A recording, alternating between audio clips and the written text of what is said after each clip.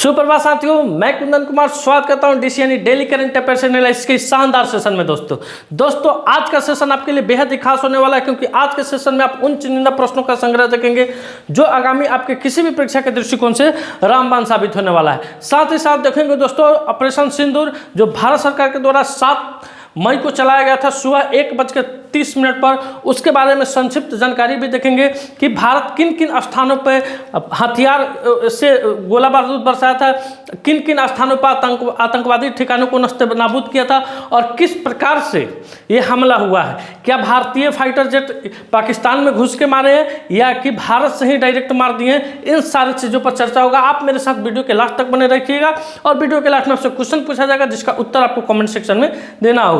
तो चलिए शुरू करते हैं, आगाज करते हैं, सिनग्रेस करते हैं आज के इस शानदार सेशन का।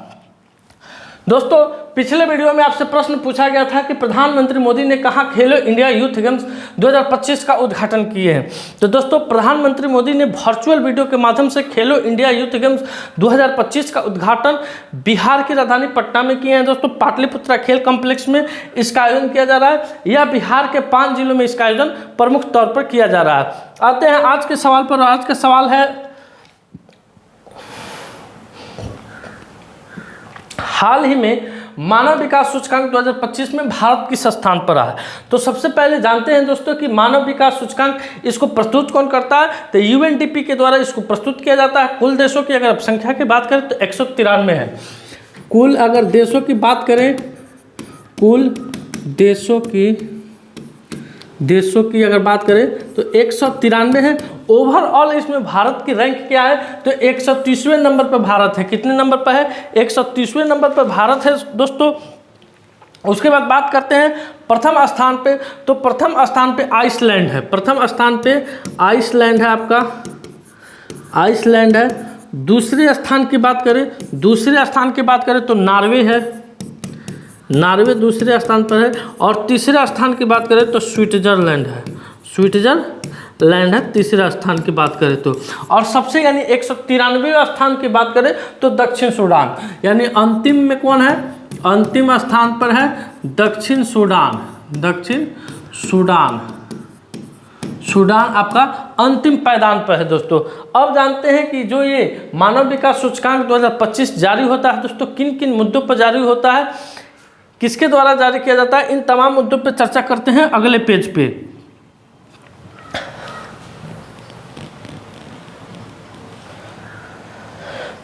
मानव विकास सूचकांक किसी देश की मानव विकास के प्रमुख क्षेत्रों की उपलब्धियों को मापता है दोस्तों। इसे यूएनडीपी के द्वारा जारी किया जाता है। पूछ देगा एग्जाम में इसे किसके द्वारा जारी किया जाता है, तो यूएनडीपी के द्वारा जारी किया जाता है। यह महबूब उल हक द्वारा विकसित मानव क्षमताओं पर अमर्त्य सेन के काम पर आधारित है। 3 प्रमुख संकेत इसके हैं, स्वास्थ्य, शिक्षा, जीवन स्तर। स्वास्थ्य दोस्तों जन्म के समय जीवन प्रत्याशा, शिक्षा स्कूली शिक्षा के अपेक्षित वर्ष और स्कूली शिक्षा के वर्षों का औसत है। जीवन स्तर की बात करें तो प्रति व्यक्ति सकल राष्ट्रीय आय से ये संबंधित रखता है। अगले पेज पर आते हैं। अगला क्वेश्चन कह रहा है कि वर्ल्ड प्रेस फ्रीडम इंडेक्स 2025 में कौन सा देश शीर्ष पर रहा है। वर्ल्ड फ्रीडम इंडेक्स 2025 में कौन सा देश शीर्ष पर रहा है दोस्तों, तो स्वीडन इस पर शीर्ष पर रहा है।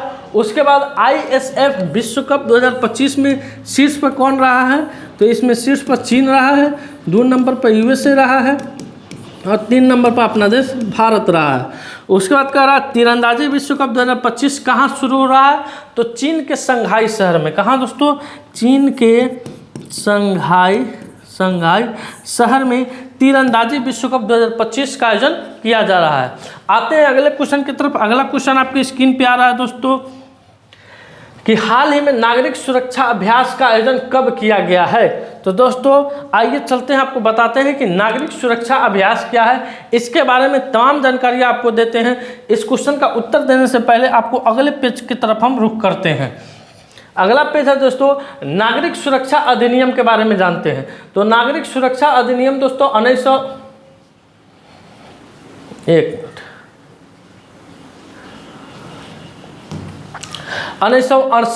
और 1968 को 1962 के भारत चीन युद्ध और अधिनियम 1968 है दोस्तों। 1962 के भारत चीन युद्ध और 1965 के भारत पाकिस्तान युद्ध के बाद अधिनियम किया गया। यह वायु, भूमि या समुद्र से शत्रुतापूर्वक हमले के विरुद्ध में लोगों की संपत्ति और अवसंरचना के लिए सुरक्षात्मक उपाय प्रदान करता है। इसमें क्या होता है दोस्तों, इस अधिनियम के माध्यम से हम यूँ कह दें, अपने भाषा में आपको बता दें कि अगर अपने देश में युद्ध की स्थिति पैदा होगी, जैसे कि अभी ऑपरेशन सिंदूर के तहत देखा जा सकता है कि दोनों देशों के बीच में काफ़ी तनाव बढ़ गया है। बहुत सीमावर्ती इलाकों में बहुत सारे स्कूलों को बंद कर दिया गया है। भारत के बहुत सारे जो रनवे है दोस्तों, एयरपोर्ट है, उसको बंद कर दिया है और अस्थायी तौर पर बहुत सारे विमानों को कैंसिल कर दिया गया है। अगर इस स्थिति में युद्ध शुरू हो जाती है तो भारत के नागरिक, आम नागरिक, हम और आप युद्ध से कैसे बचें, इसके बारे में एक मॉक ड्रिल कराया जाता है दोस्तों कि कल 7 तारीख को शाम के 6:58 से 7 बजे तक युद्ध घोषणा हुई थी, यानी युद्ध का सारण बना था। भारत के 254 जगहों को चिन्हित किया गया था दोस्तों, जिसमें बिहार के भी 6 जगह को चिन्हित किया गया था। उसके बाद 7 बजे से लेकर 7:30 तक ब्लैक नाइट कर दिया गया था, यानी पूरे अंधेरा कर दिया गया था। उस समय युद्ध से बचने की जानकारी बताई जाती है कि युद्ध हो जाए, युद्ध शुरू हो जाए तो आप युद्ध से कैसे बच सकते हैं दोस्तों।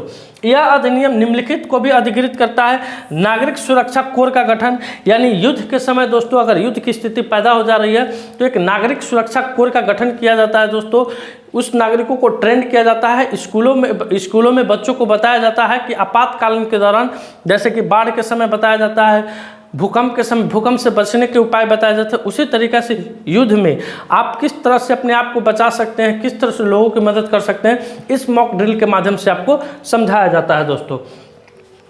अब आते हैं क्वेश्चन की तरफ। हाल ही में नागरिक सुरक्षा अभ्यास का आयोजन कब किया गया था, तो इसका उत्तर हो जाएगा आपको दोस्तों 7 मई को। कब किया गया था? 7 मई को किया गया था।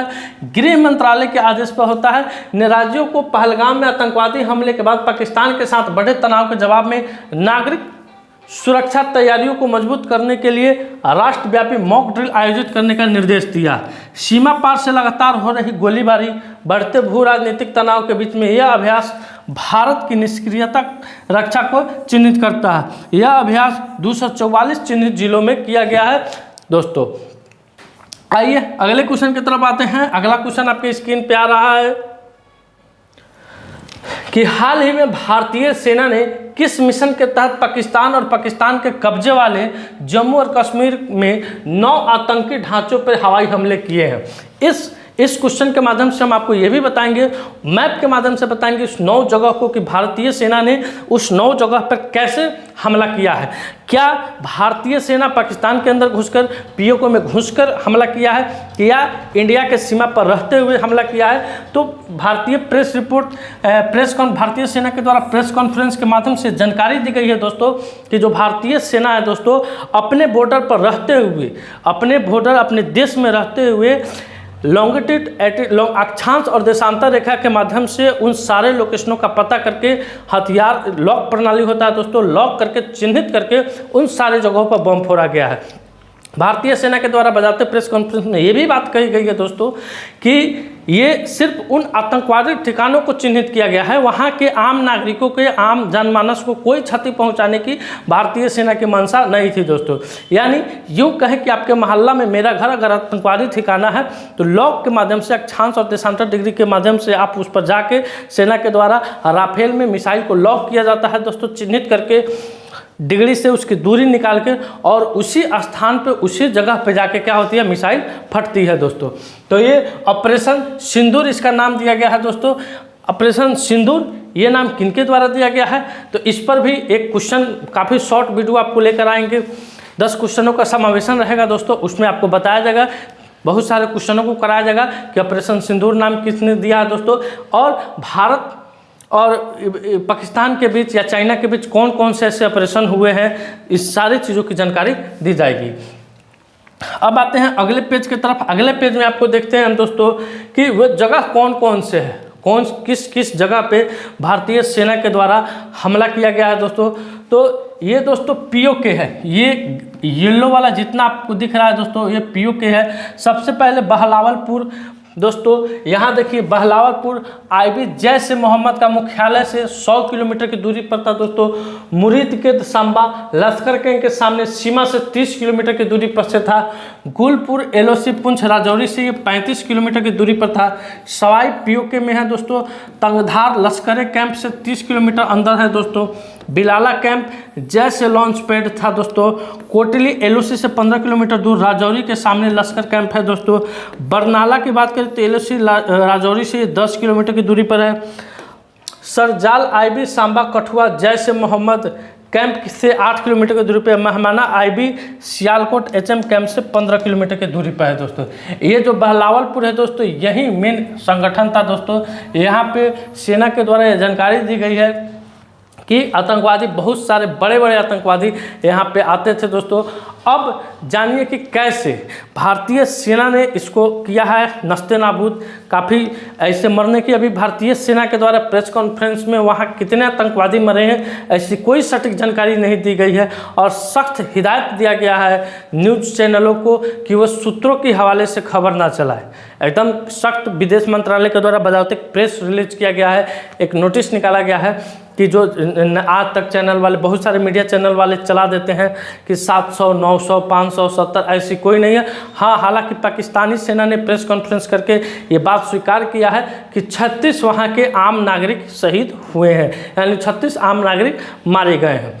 आइए इस मैप में देखिए इन जगहों पे दोस्तों जितने रेड हैं 1, 2, 3, 4, 5, 6, 7, 8, 9 इन जगहों पर क्या किया गया है दोस्तों, जो ये ऑपरेशन सिंदूर के तहत आतंकवादियों के ठिकानों को नस्ते नाबूद किया गया है। आइए अगले क्वेश्चन की तरफ बढ़ते हैं। अगला क्वेश्चन आपके स्क्रीन पे आ रहा है कि केरल के औषधि नियंत्रण विभाग ने एंटीबायोटिक के अति प्रयोग को रोकने के लिए कौन सा ऑपरेशन शुरू किया है?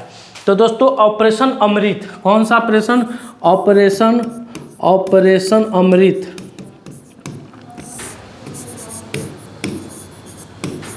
अमृत। उसके बाद कह रहा है भारतीय सेना ने जम्मू कश्मीर के राजौरी और पुंछ जिलों में आतंकवाद का सफाई करने के लिए कौन सा ऑपरेशन शुरू किया था?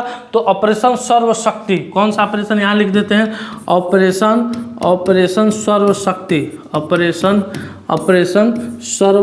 सर्वशक्ति। अगले क्वेश्चन की तरफ आते हैं। अगला क्वेश्चन आपके स्क्रीन पे आ रहा है दोस्तों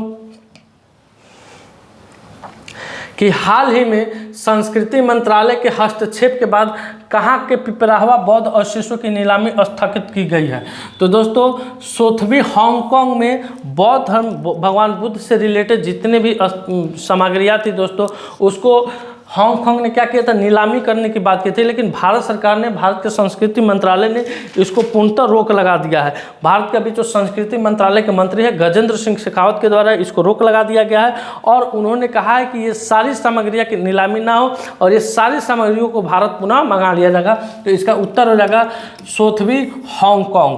अगले क्वेश्चन की तरफ आते हैं। अगला क्वेश्चन आपकी स्क्रीन पे आ रहा है दोस्तों कि गौतम बुद्ध का जन्म कहाँ हुआ था? क्या है दोस्तों? गौतम बुद्ध का जन्म कहाँ हुआ था? तो गौतम बुद्ध का जन्म कहाँ हुआ था सर?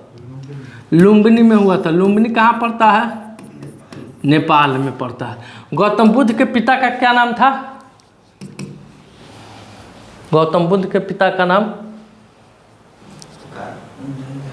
शाक्य गण के मुखिया थे।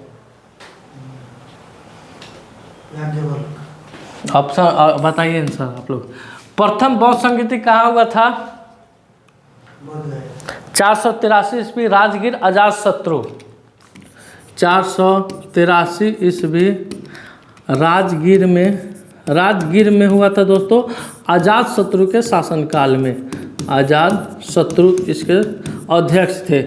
द्वितीय बौद्ध संगीति की बात करें 383 ईस्वी वैशाली कालाशोक।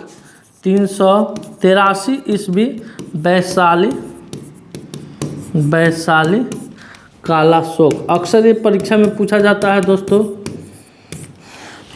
तृतीय बौद्ध संगीति पाटलिपुत्रा 255 ईस्वी अशोक। 255 ईस्वी पाटलिपुत्रा अशोक के शासनकाल में, यानी अशोक के शासनकाल में। चतुर्थ बौद्ध संगीति ईसा की प्रथम शताब्दी कनिष्क के शासनकाल में, ईसा की प्रथम शताब्दी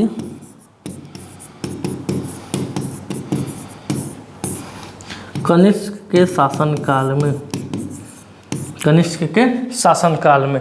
आइए अब आते हैं अगले क्वेश्चन की तरफ। अगला क्वेश्चन आपके स्क्रीन पे आ रहा है कि हाल ही में स्टेलिनग्राद की लड़ाई में योगदान के लिए नई दिल्ली स्थित रूसी दूतावास में किसके स्मारक का अनावरण किया गया है? तो रूस ने महान भारतीय नेता और विमान चालक बीजू पटनायक को सम्मानित करते हुए नई दिल्ली स्थित अपने दूतावास में एक स्मारक पट्टिका का उद्घाटन किया है। यह सम्मान उन्हें द्वितीय विश्व युद्ध में स्टालिनग्राद युद्ध के दौरान उनकी महत्वपूर्ण भूमिका के लिए दिया गया है। तो इसका कुछ आंसर हो जाएगा बीजू पटनायक। दोस्तों ये उड़ीसा के हैं, दोस्तों उड़ीसा के हैं और नवीन पटनायक के पिताजी हैं। दोस्तों अगले क्वेश्चन पर आते हैं। दोस्तों अगला क्वेश्चन आपकी स्क्रीन पे आ रहा है कि विदेश मंत्री एस जयशंकर ने भारत के पहले विदेशी जन औषधि केंद्र का उद्घाटन कहाँ किए हैं? तो मॉरिशस में। कहाँ किए हैं दोस्तों? मॉरिशस में दोस्तों विदेश मंत्री हैं एस जयशंकर भारत के पहले विदेशी जन औषधि केंद्र का उद्घाटन किए हैं। 35 यूरोपीय देशों के लिए वीजा मुक्त नीति किसने लॉन्च किया है? तो ये बेलारूस ने दोस्तों। फिर कह रहा है एशिया की पहली स्वास्थ्य अनुसंधान संबंधित प्री क्लिनिक नेटवर्क की सुविधा का उद्घाटन कहाँ हुआ है? तो ये भारत के हरियाणा राज्य में। आइए अगले क्वेश्चन की तरफ आते हैं। अगला क्वेश्चन आपकी स्क्रीन पे आ रहा है कि हाल ही में भारतीय पुरातत्व संरक्षण ने सातवाहन राजवंश से संबंधित 11 प्राचीन शिलालेख दस्तावेजीकरण कहाँ किया है? VVI क्वेश्चन है दोस्तों, ये निश्चित क्वेश्चन समझेगा और टपकेगा। तेलंगाना में। कहाँ किया है? तेलंगाना में। सातवाहन राजवंश प्राचीन भारत के एक शक्तिशाली राजवंश है दोस्तों, जिसे आंध्र प्रदेश के आंध्र राजवंश या आंध्र सातवाहन राजवंश भी कहा जाता है। ये मैप में देखिए, बड़ा नहीं होगा सर, ये मैप में देखिए, ये आंध्र प्रदेश का इलाका है दोस्तों, तमिलनाडु का इलाका है। यही सातवाहन था दोस्तों, यही सातवाहन थी। इसका ये भारत के दक्षिणी इलाका में कहाँ पड़ता है? भारत के दक्षिणी इलाका में ये पड़ता है दोस्तों। आइए इसको थोड़ा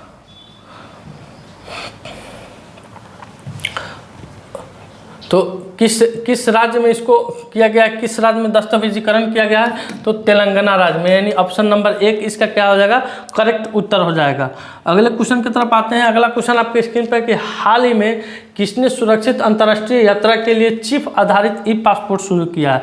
तो अपना देश दोस्तों भारत अंतर्राष्ट्रीय यात्रा के आपका सुरक्षित हो इसके लिए ई चिप आधारित एक पासपोर्ट जारी किया है, यानी ऑप्शन नंबर 1 इसका क्या हो जाएगा? करेक्ट उत्तर हो जाएगा।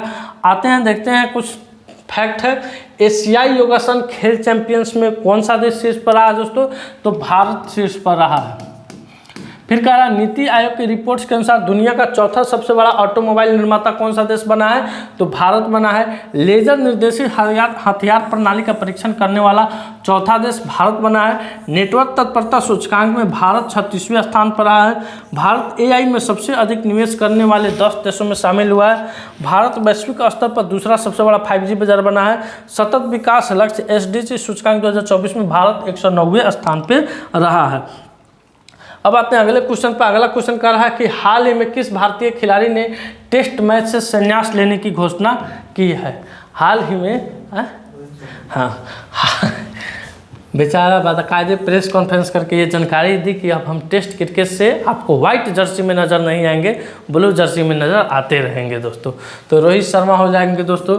आइए अगले क्वेश्चन की तरफ बढ़ते हैं। अगला क्वेश्चन आपके स्क्रीन पे आ रहा है कि अंतर्राष्ट्रीय फुटबॉल मैच की अवधि क्या होती है?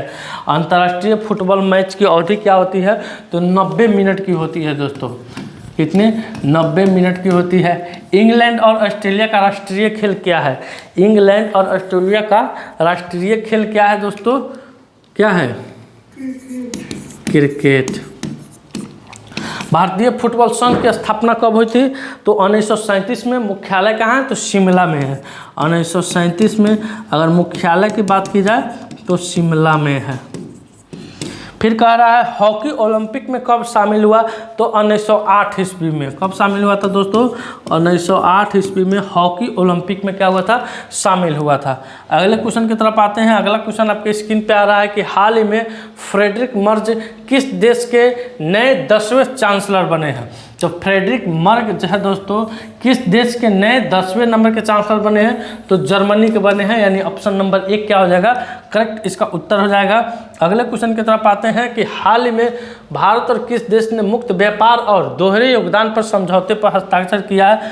तो 3 साल के मंथन के बाद दोस्तों ये निष्कर्ष निकला है कि भारत और ब्रिटेन, कौन? भारत और ब्रिटेन मुक्त व्यापार और दोहरे योगदान समझौते पर हस्ताक्षर किए हैं। आइए ब्रिटेन के बारे में कुछ वन लाइनर देखते हैं। तो ब्रिटेन ने यूक्रेन के लिए $2 बिलियन मिसाइल सौदे की घोषणा की है। AI टूल्स को अपराध घोषित करने वाला पहला देश ब्रिटेन बना है। ट्यूलिप सिद्दीकी ने ब्रिटेन के वित्त मंत्री के पद से इस्तीफा दे दिया है। ग्लोबल शतरंज लीग का दूसरा संस्करण लंदन में शुरू हुआ। विश्व नेताओं का शिखर सम्मेलन 2024 लंदन में आयोजित हुआ था। ब्रिटेन की पहली महिला वित्त मंत्री राचेल रिवर्स बनी है। ब्रिटेन में भारतीय मूल की सांसद शिवानी राजा ने भगवत गीता पर हाथ रखकर शपथ ली। मृगी नियंत्रण के लिए दुनिया का पहला ब्रेन ट्रांसप्लांट ब्रिटेन में किया गया है। आइए अगले क्वेश्चन की तरफ बढ़ते हैं। अगला क्वेश्चन है कि हाल ही में कौन सी राज्य सरकार ने अगले 25 वर्षों के लिए सस्ती दरों पर 1500 मेगावाट बिजली खरीदेगी? तो ये उत्तर प्रदेश सरकार ने एक बड़ा फैसला लेते हुए 25 वर्षों के लिए 1500 मेगावाट बिजली सस्ती दर पर खरीदने का निर्णय लिया है। यह बिजली एक निजी थर्मल पावर प्रोजेक्ट से खरीदी जाएगी जो राज्य में ही स्थापित होगा। अगले क्वेश्चन की तरफ आते हैं। अगला क्वेश्चन है कि बनारस की शहनाई को हाल फिलहाल में क्या मिला है? दोस्तों GI टैग मिला हुआ है। उत्तर प्रदेश सरकार ने अपने जीरो प्रवृत्ति मिशन का नाम डॉक्टर भीमराव अंबेडकर के नाम पर रखने की घोषणा की है। उत्तर प्रदेश पुलिस पोर्टर को पुलिस सुरक्षा श्रेणी में स्कोच पुरस्कार मिला है। 47वें नंबर का national junior girls handball tournament Lucknow में आयोजित हुआ था। उत्तर प्रदेश के ग्रेटर नोएडा में दिव्यांगों के लिए विशेष स्मार्ट स्कूल की आयोजन हुई है। उत्तर प्रदेश सरकार ने हेरिटेज इमारतों को होटल के रूप में विकसित करेगी। उत्तर प्रदेश सरकार सभी नगर निगमों को सौर ऊर्जा से संचालित करेगी। अगले क्वेश्चन पर आते हैं। अगला क्वेश्चन है दोस्तों आज का सवाल कि हाल ही में कहाँ त्रिशूलपुरम उत्सव शुरू हुआ है? हाल ही में कहाँ त्रिशूलपुरम उत्सव शुरू हुआ है? इस क्वेश्चन का उत्तर आपको कमेंट सेक्शन में जाकर देना है। आइए दोस्तों फटाफट रिवीजन कराते हैं आपको। विश्व अस्थमा दिवस 6 मई माह के प्रथम मंगलवार को मनाया जाता है। हाल ही में सरकार ने बेहतर कनेक्टिविटी के लिए कहाँ ग्रीनफील्ड हवाई अड्डों को मंजूरी दी है? तो पुरी और कोटा में दिया है। हाल ही में किसने भारत के टेलीकॉम 2025 के 22वें संस्करण का उद्घाटन किया है? तो ज्योतिराज सिंधिया किए हैं। GLEX 2025 की मेजबानी वैश्विक अंतरिक्ष नेतृत्व का प्रदर्शन कौन सा देश करेगा? तो भारत करेगा। हाल ही में नई आबकारी नीति को किस राज्य सरकार ने मंजूरी दी है? तो हरियाणा ने दिया है। उसके बाद कह रहा है दोस्तों कि भारत किस देश के साथ मिलकर HADR अभ्यास के माध्यम से रक्षा संबंधों को मजबूत करेगा? तो मालदीव के साथ। दोस्तों हाल ही में तीरंदाजी विश्व कप 2025 कहाँ शुरू हुआ? तो शंघाई में शुरू हुआ। दोस्तों आज का सेशन मेरा यहीं समाप्त हुआ। अगर वीडियो अच्छा लगे तो वीडियो को लाइक कीजिए, शेयर कीजिए। चैनल पर नया है तो चैनल को सब्सक्राइब कीजिए। मिलते हैं आपसे अगले वीडियो में, तब तक के लिए धन्यवाद। अपना ख्याल रखिएगा। भारत माता की जय।